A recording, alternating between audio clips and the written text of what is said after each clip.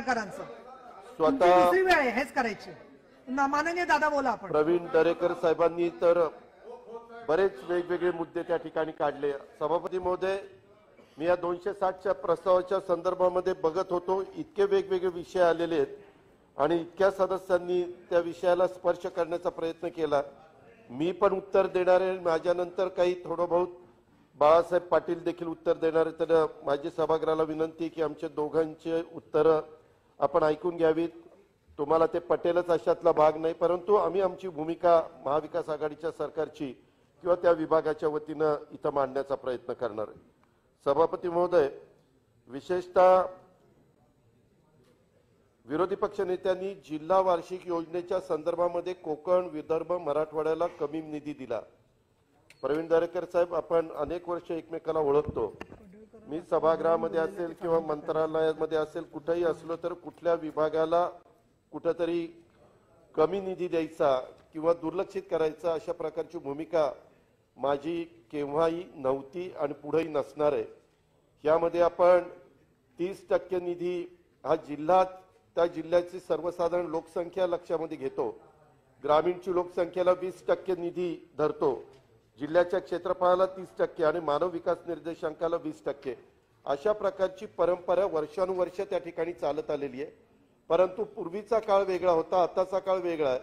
आता उदाहरण जर घ्यायचं म्हटलं तर तुम्ही ज्या मुंबई शहरामध्ये मागे प्रतिनिधित्व करत होता, त्या मुंबई शहराचं जर पॉप्युलेशन बघितलं आणि ठाणे वगैरे परिसराचं बघितलं तर संपूर्ण राज्याच्या लोकसंख्येच्या 25% लोकसंख्या ठाणे आणि मुंबईच्या परिसरामध्ये, मुंबई उपनगरामध्ये. आणि म्हणून सभापती महोदया, यावेळेस मुख्यमंत्र्यांनी आम्ही सगळ्यांनी अशी चर्चा केली की पूर्वीचं सूत्र आहे 30-20 30-20 50 100%.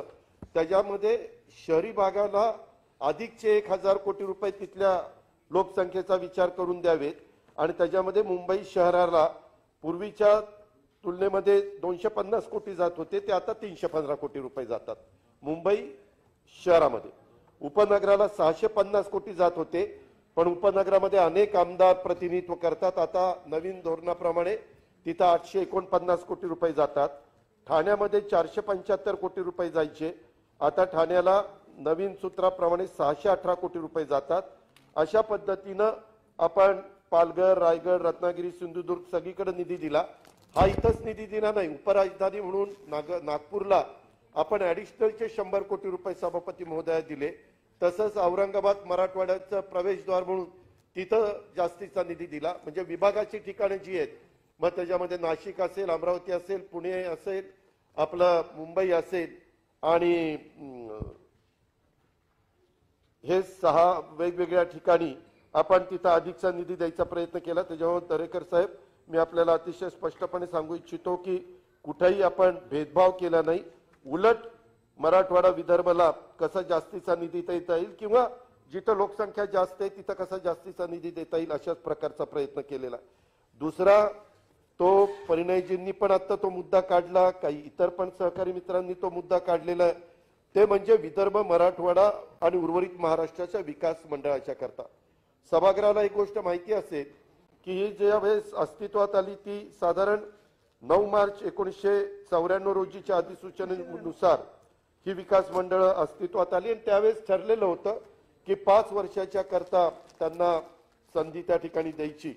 परंतु 5 वर्ष 99ला संपली, त्यावेळेस आम्ही सरकारमध्ये होतो, पुन्हा आम्ही तिथं 5 वर्ष वाढवली. 2004ला ती संपली, पुन्हा त्याच्यातनं 1 वर्ष वाढवलं, पुन्हा पुढचं वर्ष वाढवलं, पुन्हा 2006ला 10 पर्यंत केलं, 10ला पुन्हा 1 वर्ष वाढवलं आणि 10 ते 15 पर्यंत झाली. सभापती महोदया, आता मात्र ह्याच्यात वाढ केली नाही. पण मी सभागृहाला ह्या चर्चेच्या माध्यमातून महाराष्ट्रातल्या जनतेलाही सांगू इच्छितो आणि दोन्ही बाजूच्या सदस्यांना सांगू इच्छितो की हे जरी आता पुढे वाढ दिलेली नसली तरी राज्यपाल महोदयांच्या सूत्रानुसार आपल्याला जो मराठवाडा, विदर्भाला निधी जातो तो विकास मंडळ असताना राज्यपालांचं निधीचं सूत्र विदर्भामध्ये 23% होतं, मराठवाड्याला 19.25% होतं आणि उर्वरित महाराष्ट्राला 58% होतं. सभापती महोदया, विकास मंडळ नसताना देखील हा प्रश्न खालच्याही सभागृहामध्ये विरोधी पक्षनेते आणि काही सन्माननीय मान्यवरांनी उपस्थित केलेला होता. प्रवीण दरेकर साहेब, विदर्भाला 23%च्या ऐवजी परिणय फुकेजी गेले बाहेर, त्याच्यामध्ये 26% आम्ही दिलेला आहे निधी. म्हणजे आपल्या विकास मंडळात नसताना देखील जास्तीचा निधी दिलाय. मराठवाड्याला 19.5% तो तेवढाच 19.5% दिलाय आणि उर्वरित महाराष्ट्राला 58% होता तो 55% दिलाय. म्हणजे उर्वरित महाराष्ट्रावर उलट 3% निधी कमी गेलेला आहे. त्याच्यावर कुठल्याही परिस्थितीमध्ये ही विकास मंडळाला मुदतवाढ दिली नसली तरी मराठवाडा विदर्भावर अन्याय ह्या सरकारने, महाविकास आघाडीच्या सरकारने किंवा उद्धव ठाकरे साहेबांच्या नेतृत्वाखालच्या सरकारने होऊन दिलेला नाही. हे मला स्पष्टपणे नियोजन खात्याचा मंत्री म्हणून सगळ्यांच्या लक्षामध्ये आणून त्या ठिकाणी द्यायचं आहे. आणि सभापती महोदय, इथून पुढच्या काळामध्ये देखील कुठल्याही परिस्थितीमध्ये उलट आता राज्यपालांनी मान्य केलेले वित्तीय अनुशेष हे 6,588 कोटी रुपयाचं निर्मूलन आपण त्या ठिकाणी केलेलं आहे आणि बाकीचं पण निर्मूलन करण्याचं काम हे आम्हा लोकांचं त्या ठिकाणी चाललेलं आहे. एक गोष्ट खरी आहे, मागा अनेकदा आपण कोकणाकरता स्वतंत्र विकास महामंडळ करावं, विकास मंडळ करावं आणि उर्वरित महाराष्ट्रातनं पश्चिम महाराष्ट्र काढून उत्तर महाराष्ट्राचं एक वेगळं स्वतंत्र विकास मंडळ करावं. तशा पद्धतीनं ठराव आपण वेळोवेळी केलेले आहेत. ही मंडळ स्थापन करण्याचा अधिकार हा पार्लमेंटला आहे. त्याच्यामुळे माझी प्रवीण दरेकरांना, भाई गिरमकरांना सगळ्यांना विनंती आहे की तुम्ही पण प्रयत्न करा, आम्ही पण प्रयत्न करतो आणि त्याच्यातून जर त्यांनी तिथं वर मान्यता दिली तर सरकार कोकणच्या करता आणि उत्तर महाराष्ट्राच्या करता वेगळं मंडळ करण्याच्या बद्दल कुठला नाही, मी निधीच्या बद्दलच सांगितलं. जो राज्याचा निधी आहे त्याच्यामध्ये ते दिलेल्या निधी, एकूण निधी जो दिला तो 23%च्या ऐवजी 26% विदर्भाला दिला. 18.75% हा त्यांचा हक्क होता मराठवाड्याचा, तो त्यांना दिला आणि उर्वरित महाराष्ट्राला 58%च्या ऐवजी 55% दिला. हो, कमी दिला.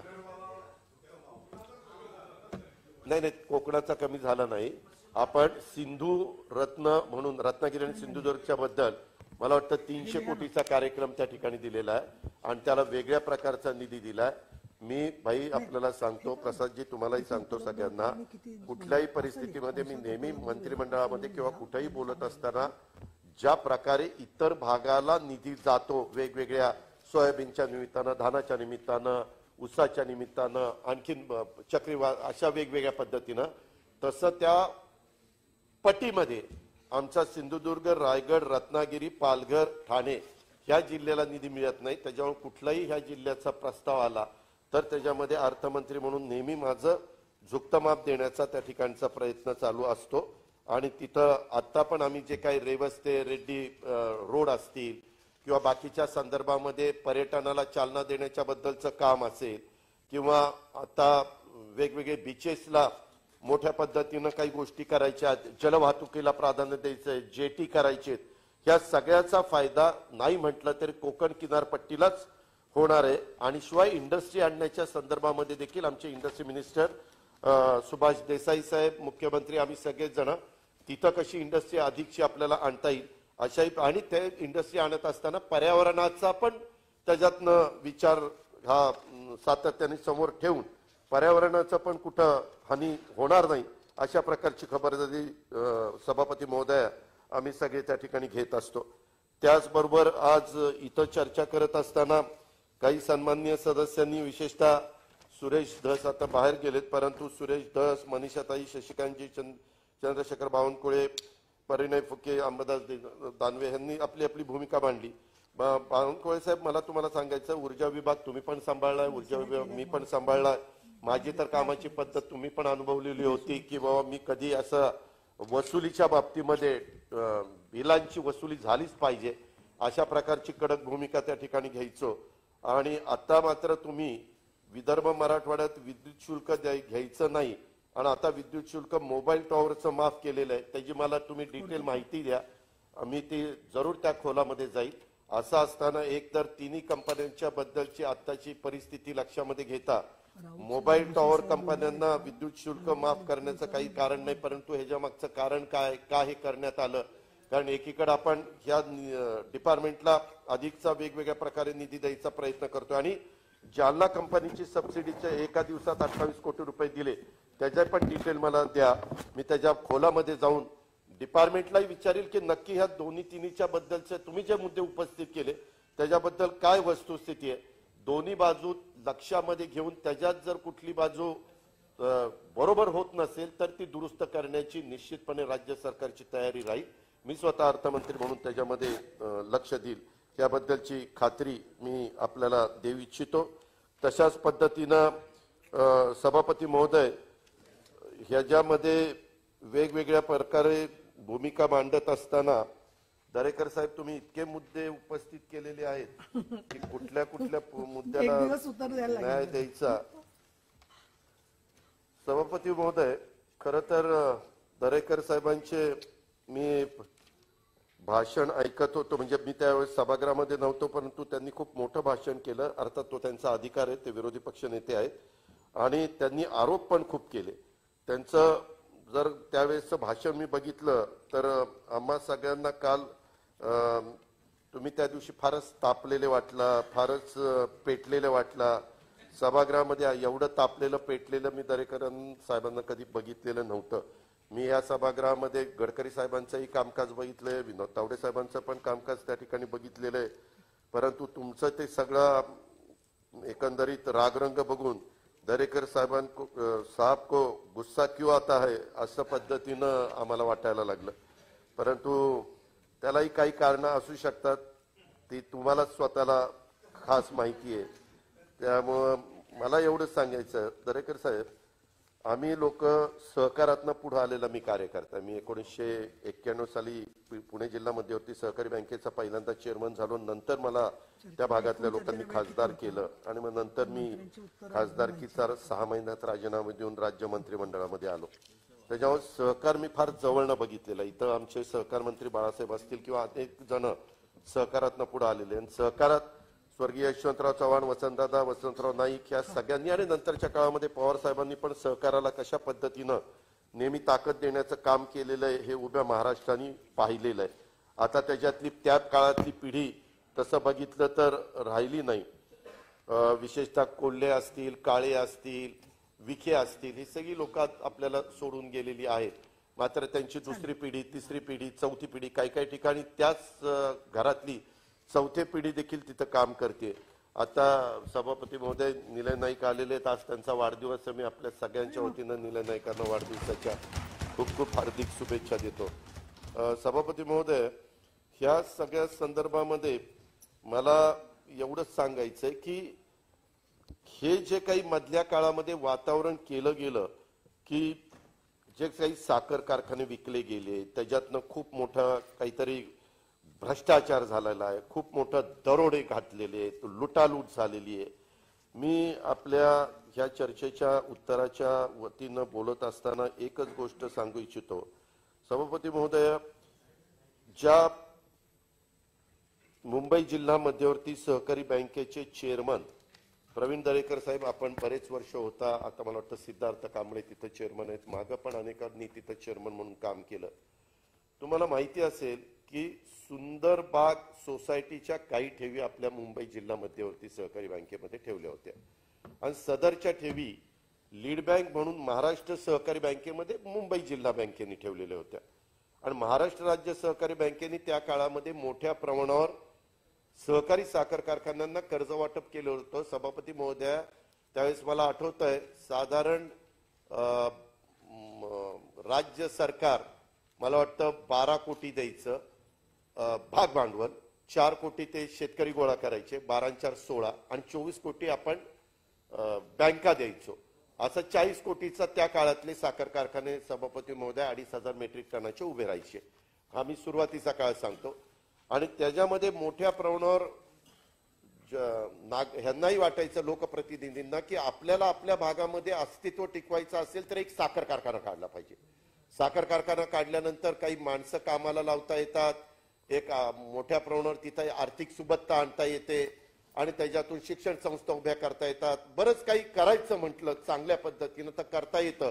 त्याचा अनुभव गेले 60 वर्ष महाराष्ट्रात वेगवेगळ्या भागात चांगले चाललेले कारखाने, चांगलं चाललेलं नेतृत्व ते करतंय आणि तसं आपल्याही भागामध्ये व्हावं असं साहजिकच ज्या भागात कारखानदारी नाहीये पण ऊस आहे अशाही भागातल्या लोकांना वाटतं. हे सगळं ज्यावेळेस मोठ्या सहकारी साखर कारखान्याचं कर्ज वाटप राज्य सहकारी बँक करत होती त्यावेळेस ते वसूल करण्याकरता सुंदरबाग कोऑपरेटिव्ह सोसायटीनं उच्च न्यायालय येथे जनहित याचिका क्रमांक 67/2007 मध्ये दाखल केली सभापती महोदय.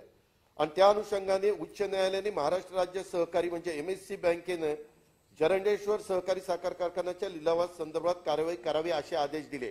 प्रवीण दरेकर साहेब, मी अतिशय जबाबदारीनं सांगतो की हे आदेश एमएससी बँकेने दिलेले नाही. ह्याच्यामध्ये ही सुंदरबाग सोसायटी गेलेली होती त्यावेळेस आपल्या मुंबई उच्च न्यायालयाने हे आदेश दिले की हे कारखान्यांना संधी द्या, हे पैसे देत नसतील तर हे सिक्युरिटायझेशन ऍक्ट खाली काढा. उच्च न्यायालयाच्या आदेशानुसार जरंडेश्वर सहकारी साखर कारखाना लिमिटेड यांनी उच्च न्यायालयाच्या नोटीस ऑफ मोशनला क्रमांक 181/2010 दाखल केलं. सदर नोटीस ऑफ मोशनच्या अनुषंगाने माननीय उच्च न्यायालयाने 15/4/2010 आणि 20/4/2010 अन्वये जरंडेश्वर सहकारी साखर कारखाना यांनी एमएससी बँकेकडे अर्ज करून त्यांनी अर्ज केला आणि 3 महिन्याच्या आत रक्कम अदा करण्याचे निर्देश दिले आणि कारखान्याने अशी रक्कम अदा न केल्यास बँकेकडून सदर कारखान्याचा ताबा घेण्याबाबत निर्देश दिल्यानुसार 30/4/2010 अन्वये बँकेने ताबा घेतला. 30/4/2010 ला. त्याच्या आधी प्रवीण दरेकर साहेब तो कारखाना त्यावेळेसची मॅनेजमेंट ही चालवत होती. शालिनीताई पाटील या सभागृहाच्या पण त्या सदस्य होत्या परंतु दुर्दैवाने त्यांना तो नीट चालवता आला नाही. त्या काळामध्ये आम्ही पण मनापासून मदत करत होतो परंतु ते काही बाहेर निघायला तयार नव्हता कारखाना. त्याच्यानंतर एक झुंझुनवाला म्हणून व्यक्ती आहे, मला वाटतं त्यावेळेसचे नेते गोपीनाथ मुंडे साहेबांनी त्याला रिक्वेस्ट केली आणि तो चालवायला त्यांनी घेतला. झुंझुनवाल्याला तिथं नुकसान झालं. नंतर स्नेहा शुगर म्हणून सांगलीची कोण पार्टी आहे त्यांनी चालवायला घेतला, स्नेहालाही नुकसान झालं. त्याच्यानंतर विनय कोरे आपल्याच वारणेचे प्रमुख त्यांनी चालवायला घेतला, त्यांनाही त्याच्यामध्ये नुकसान आलं. म्हणजे स्वतः शालिनीताईंना तो कारखान्याचं नुकसान येतच होतं परंतु नंतर ह्यांना त्यांनीच चालवायला दिलं. त्याच्यात राज्य सरकारने भाग घेतलेला नव्हता, मॅनेजमेंटनीच दिलेला होता पण कुणालाही तो नीट चालवता आला नाही. आणि त्याच्यानंतरच्या काळामध्ये पुन्हा 30/4/2010 अन्वये बँकेने ताबा घेतल्यावर उच्च न्यायालयाच्या निर्देशानुसार कारखान्याला सदर रक्कम अदा करण्याबाबत संधी देण्यात आली. पुन्हा त्यानुसार कारखान्याने घेतलेल्या बैठकीत 18 कोटी रकमेचा प्रस्ताव बँकेसमोर ठेवला परंतु बँकेने मात्र तो नाकारला. ते म्हणले 18 कोटी रुपयामध्ये आम्ही तुम्हाला कारखाना कसा द्यायचा. आणि त्याच्यानंतर पुन्हा 15/6/2010 रोजी घेतलेल्या बैठकीमध्ये 26,50,00,000 रुपये रकमेचा प्रस्ताव बँकेकडून दिला पण बँक म्हणली की बाबा एकंदरीत थकबाकी 98 कोटी रुपये, आम्ही ते वन टाइम सेटलमेंट वगैरे करायचं म्हटलं तर इतक्या कमी रकमेमध्ये करू शकत नाही. त्याच्यामुळे उच्च न्यायालयाच्या जनहित याचिकेच्या निर्णयानुसार सिक्युरिटायझेशन ऍक्ट कायदा 2002 नुसार कारखान्याचा ताबा घेऊन वसुली करण्याबाबत एमएससी बँकेकडनं निर्णय घेण्यात आला. सभापती महोदया, मला पूर्णपणे मी तुमचं भाषण ऐकायला दरेकर साहेब नव्हतो परंतु तुम्ही बोलत असताना असं सांगितलं की हे मुद्दाम लुटालूट केली, मुद्दाम दरोडे त्या ठिकाणी टाकले. वास्तविक आम्ही लोक पण शेतकरी आहोत, त्याच्यावर शेतकऱ्यांच्या मुळावर कधीच उठणार नाही. ही कारखानदारी टिकावी, चांगली चालावी हीच आमच्या सगळ्यांची भावना आहे. जरंडेश्वर सहकारी साखर कारखान्याने एमएससी बँकेकडनं सिक्युरिटायझेशन कायदा 2002 अंतर्गत होणाऱ्या लिलावाच्या विरुद्ध रीट याचिका क्रमांक 9236/2009 अन्वये आव्हान देऊन लिलावाला स्थगिती देण्याबाबत विनंती केली. सदर याचिका उच्च न्यायालयाने निकाली काढली नाही. सांग, तुम्ही होता बोर्डात पण तदनंतर बँकेच्या सिक्युरिटायझेशन कायदा 2002 नुसार होणारा लिलावाविरुद्ध कारखान्याने सर्वोच्च न्यायालयात दाखल केलेली SLP क्रमांक 15,310/2010 सर्वोच्च न्यायालयाने पण फेटाळली. म्हणजे फक्त हायकोर्टात झालं नाही, तिथं सुप्रीम कोर्टामध्ये देखील तिथं फेटाळली आणि त्यानुसार एमएससी बँकेने लिलावाची कार्यपद्धती अंतिम केली. बँकेच्या संचालक मंडळाच्या 12/10/2010च्या बँकेमध्ये निविदा उघडण्यात आली आणि त्याच्यामध्ये ती गुरु कम्युनिटीज प्रायव्हेट लिमिटेड यांची निविदा सर्वात जास्त म्हणजे 65,75,00,000 रुपये निघाली.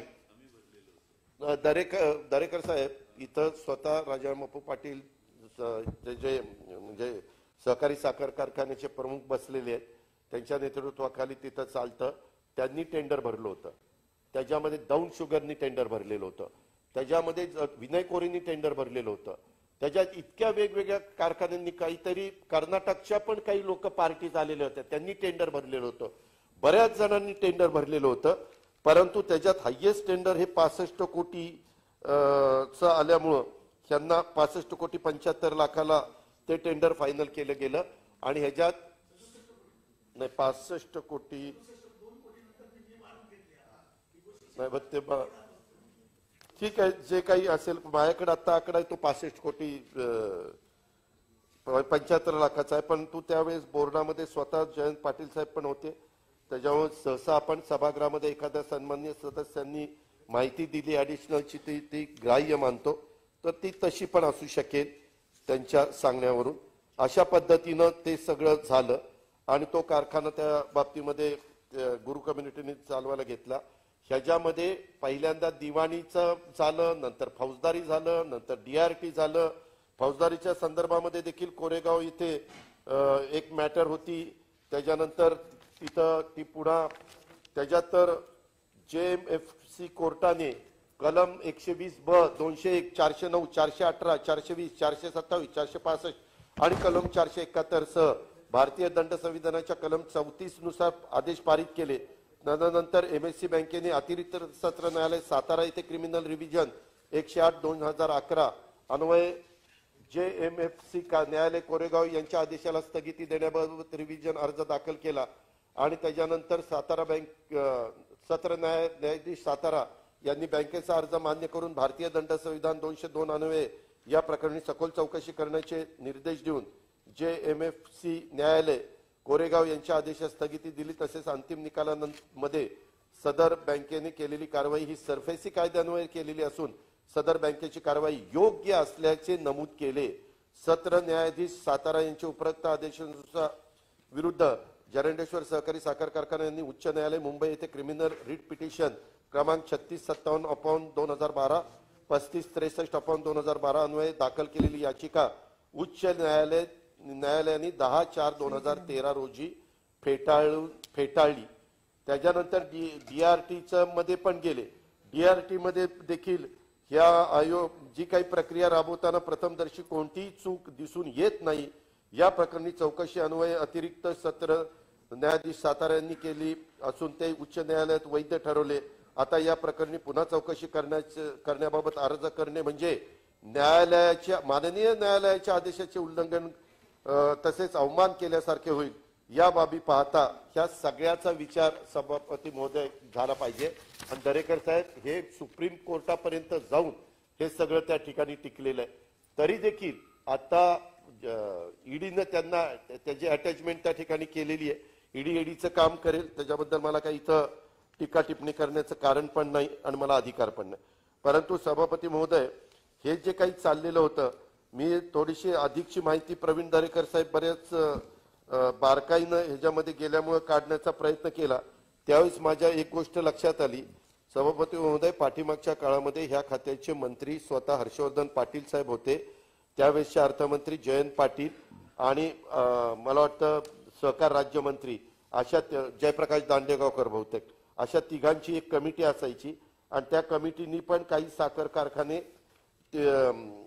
विकले, म्हणजे त्यांच्या उपस्थितीमध्ये निर्णय झाले.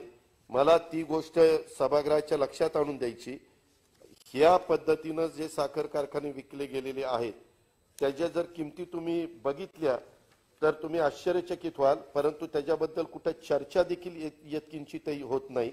त्याच्यामध्ये संजय कारखाना हा 3,52,00,000 रुपयाला विकला गेला. 2013 साली हर्षवर्धन पाटील साहेबांनी सहकार मंत्री म्हणून निर्णय घेतला. एका अक्षराने कुणी त्याच्याबद्दल चर्चा देखील केली नाही. 2,500 मेट्रिक टनाचे नाही सांगतो की हे आता तिथली जमीन ही राहिलेली, आता जमिनीची विक्री एमएससी बँकेकडनं चालवली, कारण तो कारखाना विकला आणि तो सागरच्या नावाने शिफ्ट करून जालना जिल्ह्यामध्ये तो त्या ठिकाणी आलेला आहे. तशाच पद्धतीनं बाराशिव हनुमान सहकारी साखर कारखाना हा देखील 28 कोटीला 2012 साली त्या ठिकाणी विकला गेला. अशा पद्धतीनं त्या काळामध्ये देखील काही कारखाने राज्य सहकारी बँकेनी पण, राज्य सहकारी नाही, राज्य सरकारने पुढाकार घेऊन देखील विकलेले आहेत. त्याची पण यादी सभापती महोदय आमच्याकडे आहे. दुसरी गोष्ट, प्रवीण दरेकर साहेब, तुम्हाला पण माहिती आहे की बँका चालवताना किती वेगवेगळ्या प्रकारच्या अडचणी बाबतीमध्ये येत असतात. आता तुम्ही एक आरोप असाही केला, खरं तर सुरेश धसांनी एक मुद्दा काढलेला होता, मी त्याच्याबद्दल एक सांगू इच्छितो की अतिरिक्त ऊस मोठ्या प्रमाणावर आहे. आम्ही पण रोज, मी असेल, बाळासाहेब असतील, आम्ही मंत्रिमंडळातले सहकारी असू, शेखर गायकवाडांना, साखर आयुक्तांना विचारत असतो काय परिस्थिती. आज सकाळीच माझ्याकडे सन्माननीय मंत्री राजेश टोपे आले होते. त्यांच्या भागातला ऊसमध्ये काही अजून काही इतर कारखान्याच्या टोळ्या पाहिजेत. मी काहींना फोन करून सांगितलं तिथं टोळ्या पाठवा, कारण उन्हाची तीव्रता वाढायला लागल्यामुळं टोळ्या पूर्वीसारखा ऊस तोडत नाही आणि ते म्हणतात की आता आम्हाला जायचंय. अशा पद्धतीने एक परिस्थिती निर्माण झाली. पण प्रवीण दरेकर साहेब, आपल्याला आणि सुरेश धस तुम्हाला सगळ्यांना सांगतो की संपूर्ण ऊस राज्यातला संपेपर्यंत आम्ही त्या भागातले सहकारी साखर कारखाने किंवा खासगी कारखाने बंद होऊन देणार नाही. त्यामध्ये सगळ्याच्या सगळं, आता ज्या भागात फारच लांबनं ऊस आणावं लागेल, पण मी तर आता ठरवलेलं आहे त्या संदर्भात मी मंत्रिमंडळाला पण विश्वासात घेणार आहे, मुख्यमंत्र्यांची पण परवानगी घेणार आहे. जर यदा कदाचित मेच्या पुढे काही कारखाने जायला लागले, त्यावेळेस रिकव्हरी जर ढासळली, तर मागच्या काळामध्ये मला तर सरकार कोणाचं, विलासराव देशमुख साहेबांच्या नेतृत्वाखालचं सरकार होतं, त्यावेळेस आम्ही रिकव्हरी लॉस आणि ट्रान्सपोर्ट सबसिडी अशी त्या ठिकाणी दिलेली होती. पण ती आता आम्ही देणार नाही. जे शेवटी म्हणजे तो विचार आम्ही करू, कारण ऊस शिल्लक राहिला तर हजारो कोटी रुपये शेतकऱ्यांना नुकसान भरपाई त्या ठिकाणी द्यावी लागेल. आणि यंदा आत्ताच्याच तारखेपर्यंत दरवर्षी क्रशिंग होतं, त्याच्यापेक्षा जास्तीचं क्रशिंग झालेलं आहे. आणि ह्याच्या पुढं अजून काही काही कारखाने एप्रिल पूर्ण चालणार आहे, मे पूर्ण चालणार आहे. ह्यांच्याच भागातले कारखाने मला वाटतं 15 मे पर्यंत चालतील अशा प्रकारची, म्हणजे कृष्णा, सह्याद्री तिकडच्या भागातले सगळे कारखाने, इव्हन राजारामबापू कारखाना हा पण जास्त काळ चालेल. अशा प्रकारचा प्रयत्न सभापती महोदय आमचा त्या ठिकाणी चाललेला आहे. आणि हा प्रयत्न चालू असताना आम्ही मंत्रिमंडळातले पण अनेक जण सहकारी साखर कारखान्याशी संबंधित असल्यामुळं आम्हाला त्याच्यातली फार बारकाईनं त्या ठिकाणी माहिती, त्याच्यामुळे कधी ऊस उत्पादक शेतकऱ्याचं नुकसान होणार नाही अशा प्रकारची खबरदारी आम्ही सगळेजण त्या ठिकाणी घेऊ. दुसरी गोष्ट सभापती महोदय, मला एक गोष्ट लक्षात आणून द्यायची की बाबा हे कारखाने काही जाणीवपूर्वक आपण विक्रीला काढले नाही. प्रवीण दरेकर साहेब इथं आता सदाभाऊ खोत नाहीयेत, माझी आपल्याला विनंती आहे, आज देखील भाडे तत्वावर देण्याच्या करता 11 कारखाने शिल्लक आहेत. ज्याला कुणाला पाहिजे, प्रसाद लाडजी, आपल्याला जर इंटरेस्ट असेल तर आपल्याला सांगा. जानकर साहेब, सध्या तुमच्याकडे दुर्लक्ष झालेले दुसरे मित्र जवळ आल्यामुळं, त्याच्यामुळे तुम्हाला एखादा कारखाना चालवायला घ्यायचा असेल त्याच्यामध्ये तुम्ही त्या ठिकाणी घ्या. ह्याच्यातला गमतीचा भाग जाऊ द्या, परंतु आज खरोखरीच गंगापूर सहकारी साखर कारखाना गंगापूर, विनायक सहकारी साखर कारखाना वैजापूर, शिवाजीराव पाटील निलंगे सहकारी साखर कारखाना लातूर, गजानन सहकारी साखर कारखाना बीड, महेश कडा सहकारी साखर कारखाना कडा म्हणजे तो आपला हा आहे का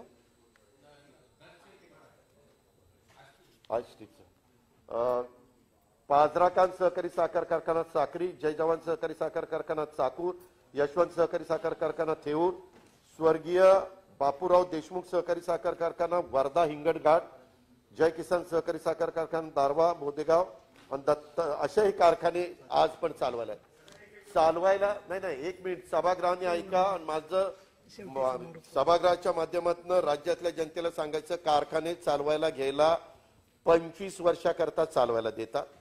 कारखाना किती जुना आहे त्याच्यावर ठरतं भाई. त्याच्यामध्ये 50 लाखापासून देखील कारखाना चालवायला देतात. जर कारखाना 1250 टनाचा असले तर 50 लाख पहिल्या वर्षी, नंतर 1 कोटी, नंतर 1.5 कोटी, नंतर 2 कोटी, आणि पोतं तयार झालं की टॅगिंग लावतात 100 रुपये.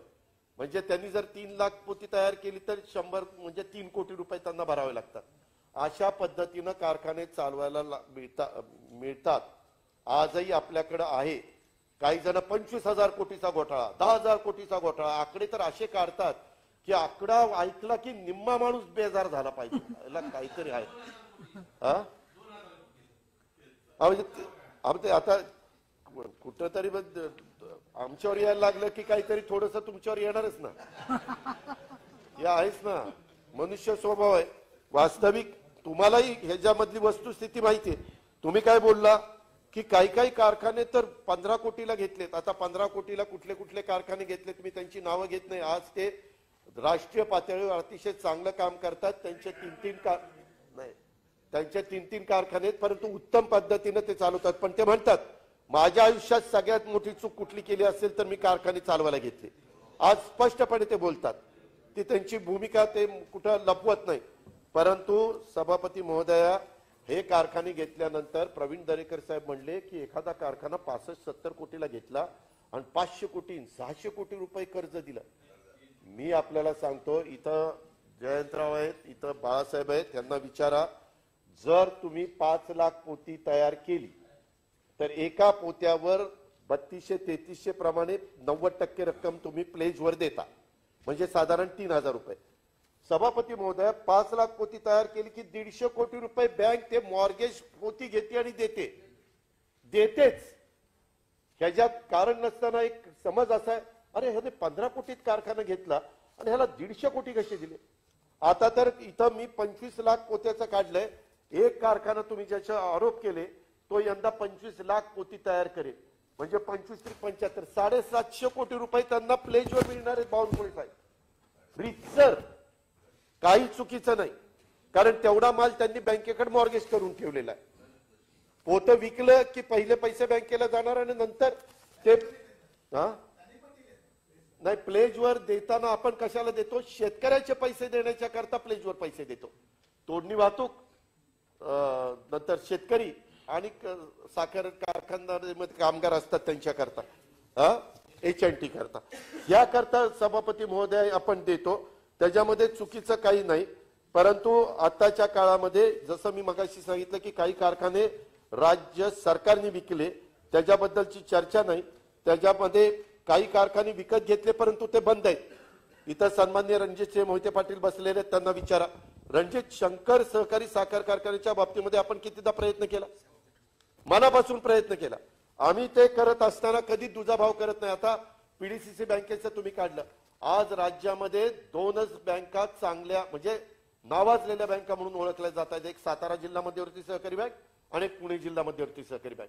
त्यांच्या ठेवी म्हणा, त्यांचे डिपॉझिट आणि त्यांचं एकंदरीत बाकीच्या सगळ्या गोष्टी त्या जर बघितल्या, तुम्ही ह्याचा मुद्दा काढलेला होता, त्याच्या संदर्भामध्ये एक गोष्ट सांगू इच्छितो की आज देखील राज्य सहकारी, मी मगाशी यादी सांगितली, त्याच्या व्यतिरिक्त परवा सहकार मंत्र्यांनी मीटिंग घेतली आणि किसनवीर सहकारी साखर कारखाना आज 52,000 सभासद आहे, अजूनही चालू नाही. खंडाळा चालू नाही, प्रतापगड चालू नाही. ते प्रयत्न करतायत. ते दिल्लीमध्ये देखील वरिष्ठांना भेटले आणि त्याच्यातनं कर्ज कसं मिळेल ते प्रयत्न करतायत. परंतु दुर्दैवाने हे सगळे कारखाने आज अडचणीत आलेले आहेत. आज हे नवीन काही कारखाने निघाले नसते तर अक्षरशः दयनीय अवस्था सुरेशदास झाली असती, तुम्हालाही मान्य करावं लागेल. आणि प्रवीण दरेकर साहेब, आपल्या आणि सभागृहाला सांगायचंय, ज्यावेळेस विलासराव देशमुख मुख्यमंत्री असताना पहिल्या टर्मलाच त्यांनी आम्हाला सगळ्यांना सांगितलं, अर्थमंत्री जयंत पाटील साहेब होते, की इथून पुढं आता भाग भांडवल देऊन आपण सहकारी साखर कारखाने द्यायचे नाही. ज्याला जेवढा काही महाराष्ट्राची रिक्वायरमेंट होती ती आता फुलफिल झाली. इथून पुढे कारखाने द्यायचे म्हटलं तर खासगी तत्वावर ज्यांना काढायचे असतील त्यांनी काढा, राज्य सरकार 1 रुपया देणार नाही. काही कारखान्याच्या बाबतीत तर हे सुरेश धस बसलेत ना समोर, ते जबाबदार आहेत कुणाकुणाला कारखाने द्यायला, आहे का नाही जबाबदार? ही वस्तुस्थिती आहे. त्यांनी मला एकदा कुठं तरी फोन केला आणि सांगितलं, दादा असं असं आहे. म्हणजे कुठेही पारदर्शकता नाही, असं झालेलंच नाही. ह्या सगळे कारखाने देत असताना आता इथून पुढे कारखाने देणार नाही जसं विलासराव देशमुख साहेबांनी ठरवलं, तसं प्रवीण दरेकर साहेब आता मुख्यमंत्र्यांनी आत्ताच्या ठरवले की इथून पुढे कुठल्याही सहकारी साखर कारखान्याला हमी द्यायची नाही. त्यांनी स्पष्ट सांगितलंय तुम्हाला आता तुमच्या ताकदीवर कारखाने चालवावे लागतील. पहिल्यांदा काहीतरी 5 कारखान्याला दिली का आपण, 5 कारखान्याला.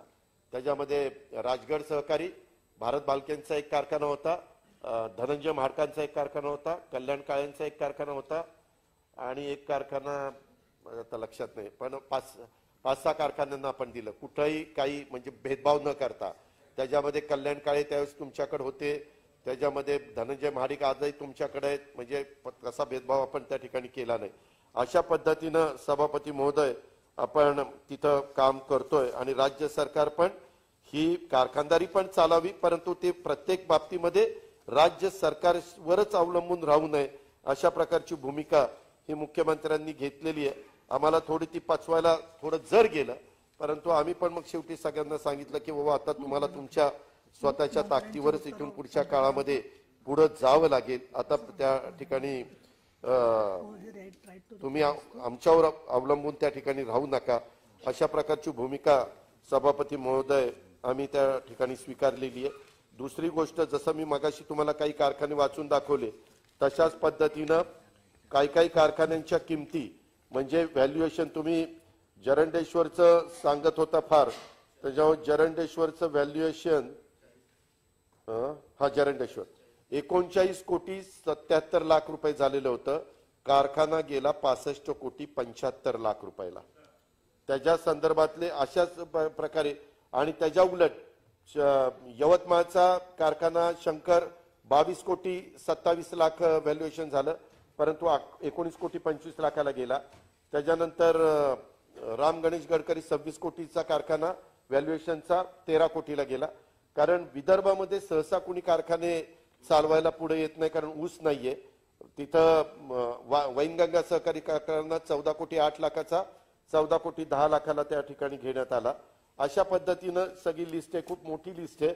पण कुठलेही कारखाने कमी पैशामध्ये विदर्भाचे सोडून इतर भागातले कमी पैशाने गेले नाही, उलट ते जास्तीच्याच पैशाने कारखाने गेले. आणि प्रवीण दरेकर मला एक सांगा, ह्याच्यामध्ये आपण एवढी ह्याच्या संदर्भातली चर्चा करतो, ज्या साखर कारखाने ज्या बँकेने त्या ठिकाणी विकायचं काम केलं त्या बँकेला काही बाबतीमध्ये ह्यांनी हायकोर्टाने सांगितलेलं होतं, सगळ्या कारखाने विकायला हायकोर्टाने सांगितलं नव्हतं. आपल्या फक्त सुंदरबन सोसायटी आपल्या तुमच्या मुंबई जिल्हा मध्यवर्ती सहकारी बँकेशी संबंधित असणाऱ्याच कारखान्याला त्यांनी सांगितलं, परंतु नंतर त्यांनी इतर पण बाबतीमध्ये ते कारखाने चालत नाहीत त्याच्यामुळे ते अवसा म्हणजे लिक्विडेशन मध्ये काढले आणि ते त्या ठिकाणी चालवायला दिले.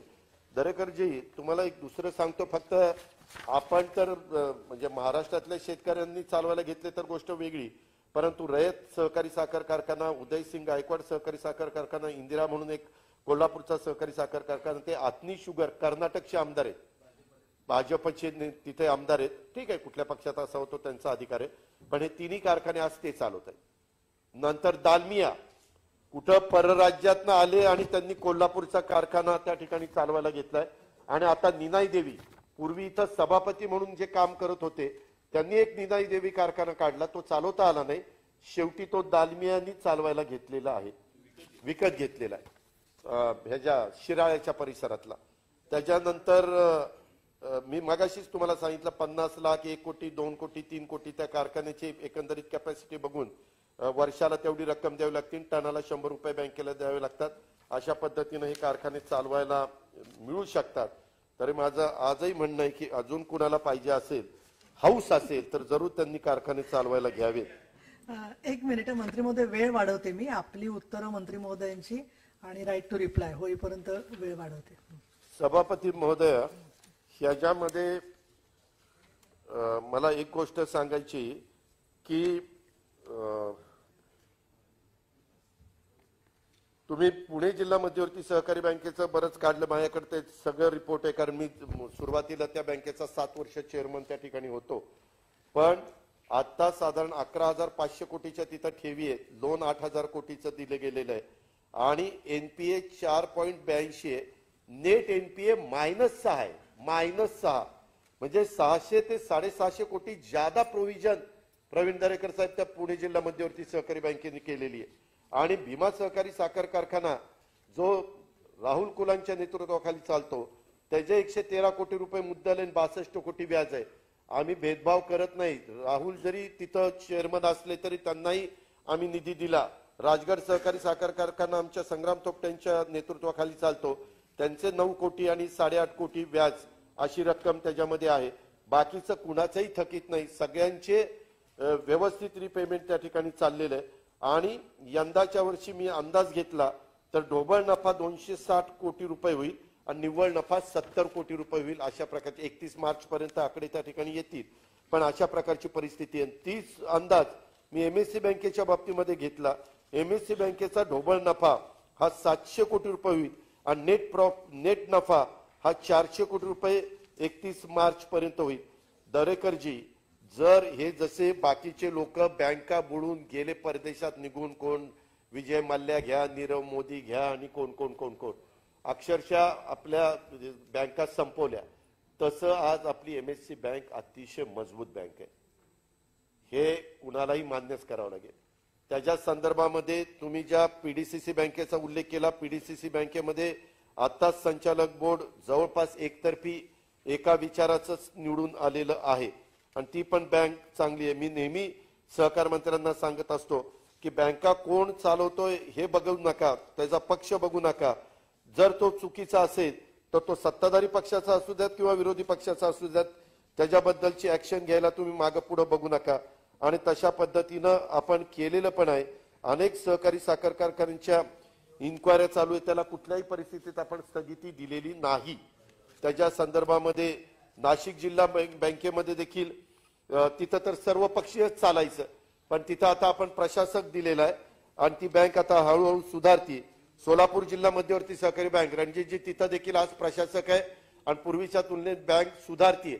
उलट बँक सुधारते म्हणून आम्ही तिथं इलेक्शन लावत नाही. का तर इलेक्शन लावल्यानंतर काय निकाल लागणार आहे ते तुम्हाला माहिती आहे. माळशिरसमधनं कोण निवडून येणार आणि माड्यातनं कोण निवडून येणार, कारण तिथं संस्था त्यांच्या बरोबर आहेत, त्याच्यावर दुसरं कोणी येऊ शकत नाही. पण जोपर्यंत पूर्णपणे ती आजारातनं बाहेर पडत नाही तोपर्यंत तिथं काही होऊन द्यायचं नाही, अशा प्रकारची भूमिका सभापती महोदय आम्ही सरकार म्हणून त्या ठिकाणी स्वीकारलेली आहे. आणि तुम्हाला सगळ्यांना सहकार मंत्री म्हणून बाळासाहेबांचाही स्वभाव माहिती आहे की ते एकाला एक न्याय दुसऱ्याला दुसरा न्याय अशा पद्धतीनं ते करूच शकत नाही. आणि दुसरी एक गोष्ट मला प्रवीण दरेकरजी आपल्या लक्षात आणून द्यायची, काही काही कारखाने काहींनी घेतलेत परंतु त्यांना तिथं चालवताही आले नाही, कारण तिथं ऊस नाही. काही कारखाने ठराविक लोकांनी घेतलेत परंतु चालवायला दुसऱ्याला दिले.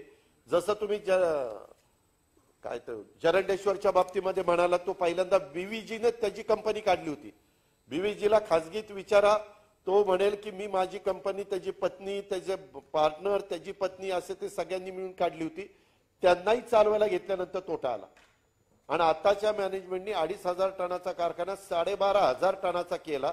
तेव्हा कुठं आता तिथं परिस्थिती जरा बदलतीये. अजून कर्ज आहे, फक्त त्याचं रिपेमेंट मात्र व्यवस्थितपणे त्या ठिकाणी चाललेलं आहे. अशा प्रकारे सभापती महोदय ह्या सगळ्या गोष्टी चालू आहेत. उलट राज्यातले इतर पण सहकारी साखर कारखाने किंवा खासगी कारखाने व्यवस्थितपणे कसे चालतील याबद्दलचा प्रयत्न सभापती महोदय आम्ही त्या ठिकाणी करतो. आणि त्याच्यात मी आज ह्या चर्चेला उत्तर देत असताना सभागृहाच्या एक गोष्ट लक्षात आणून देऊ इच्छितो की ह्याच्यात आम्ही कुठल्याही परिस्थितीत भेदभाव करणार नाही. कुणीही आम्हाला सांगावं की बाबा ही परिस्थिती आहे आणि ह्याच्यामध्ये ह्या कारखान्याला मदत झाली पाहिजे.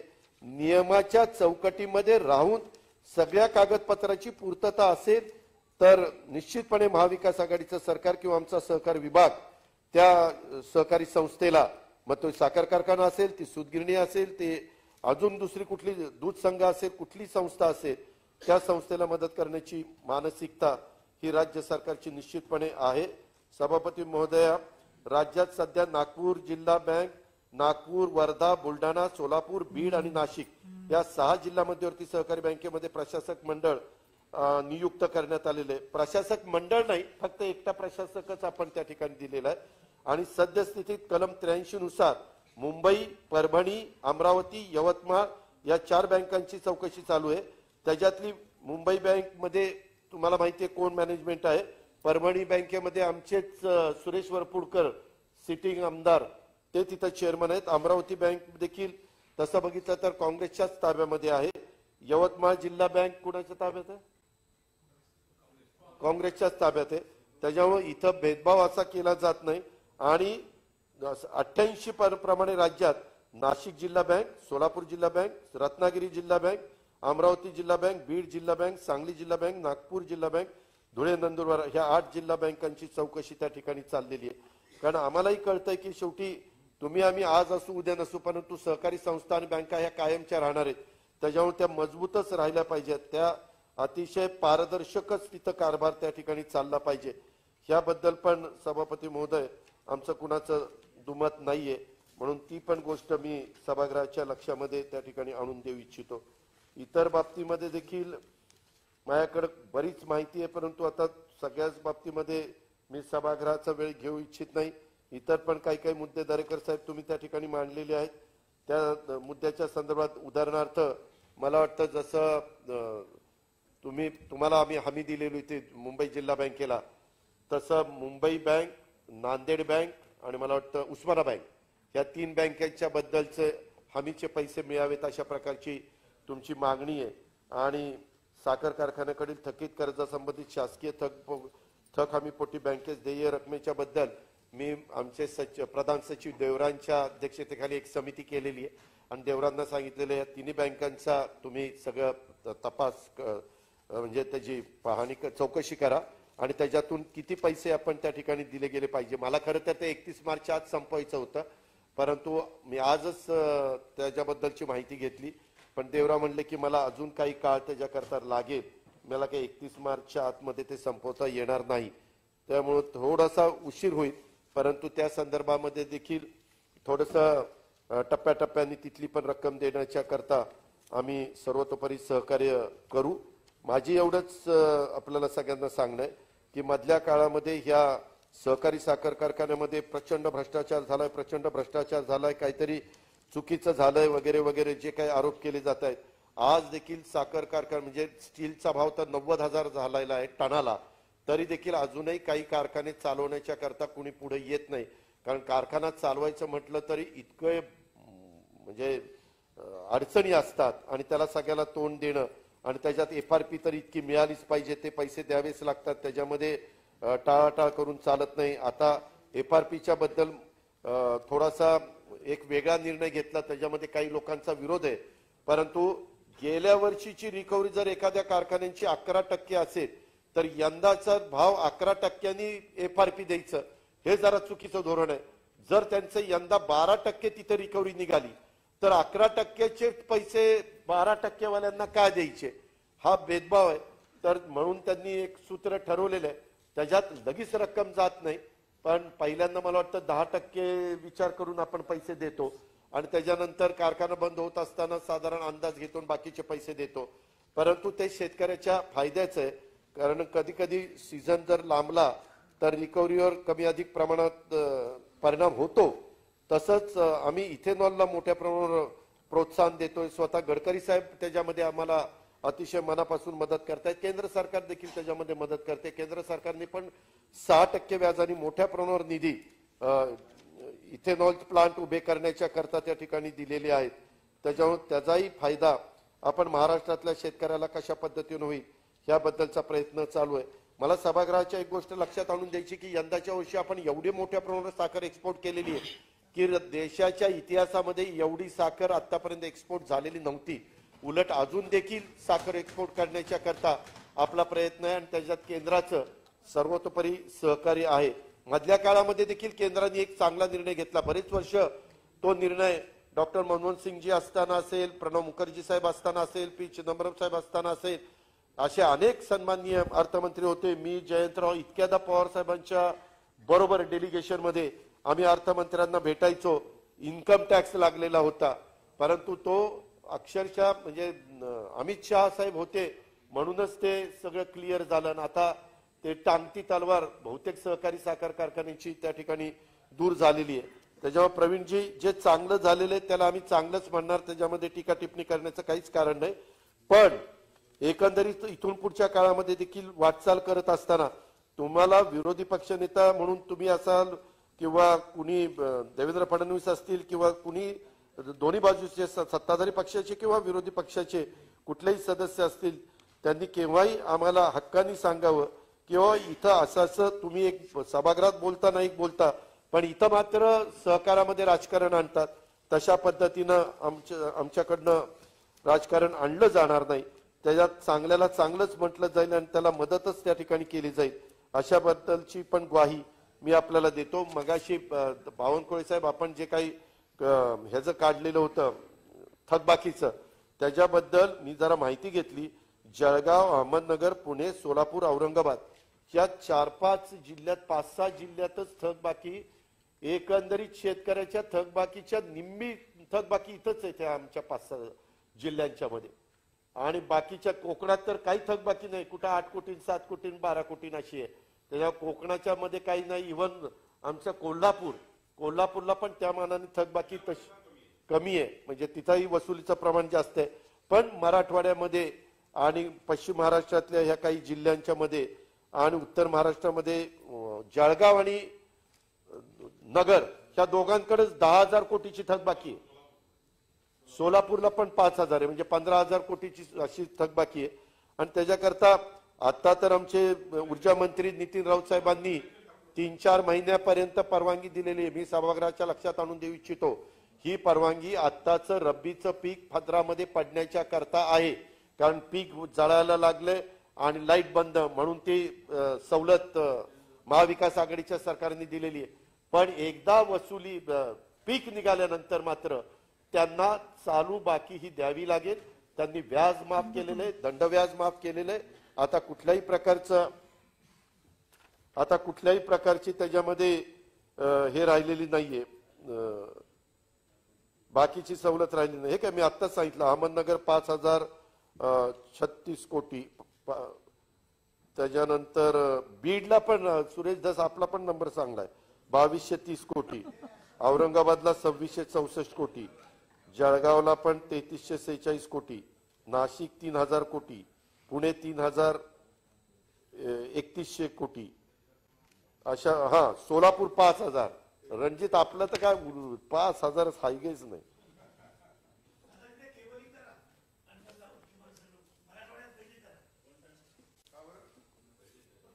शेतकऱ्यांना वीज सुरळीत द्यावी, ते वीज कनेक्शन कट करू नये त्याबद्दलचा निर्णय स्वतः मंत्री महोदयांनी जाहीर केलेला आहे. आणि मी पुन्हा सांगतो तो 4 महिन्याच्या करता रब्बीचं पीक हातामध्ये येईपर्यंत आहे. नंतर मात्र आपल्याला पण महावितरण, महापारेषण, महानिर्मिती टिकवायची. त्याच्यामुळं आपण पण सगळ्यांनी थोडंसं, कारण आता आम्ही 0% व्याजाने पीक कर्ज देतोय. आम्ही 50,000 रुपयापर्यंत प्रोत्साहनपर ह्यावेळेस ज्यांनी कर्ज फेड केलेली आहे त्यांना प्रोत्साहन म्हणून देतोय. अशा वेगवेगळ्या गोष्टी सरकारने त्या ठिकाणी केलेल्या आहे. तुम्ही मुख्यमंत्री कृषी सौर वाहिनी सुरू ठेवावी याच्या योजना, ही खरं तर योजना मुख्यमंत्री सौर कृषी वाहिनी योजना सुरूच आहे. केंद्र शासनाच्या PM KUSUM च्या योजनेअंतर्गत. त्याच्यानंतर आपल्या योजनेसारख्याच आहेत आणि यात केंद्र शासनाकडून अनुदान मिळत असल्याने त्या बाबीचा लाभ घेण्याचे आवश्यक आहे. त्याच्या संदर्भामध्ये विकेंद्रित सौर प्रकल्प राबवणे आणि कृषी वाहिनीचे सौर ऊर्जीकरण करणे याही संदर्भामध्ये आमच्या ऊर्जा मंत्र्यांचं आणि विभागाचं लक्ष आहे. मी ते मोबाईल टॉवरच्या बद्दलचं आहे ते मी त्यांच्याशी चर्चा करून जर ते अयोग्य झालेलं असेल तर ते आम्ही योग्य करू, अयोग्य झालेलं नसेल तर त्याच्या संदर्भात तुम्हाला पण ते क्लिअर सांगण्याचं काम करू. सभापती महोदय,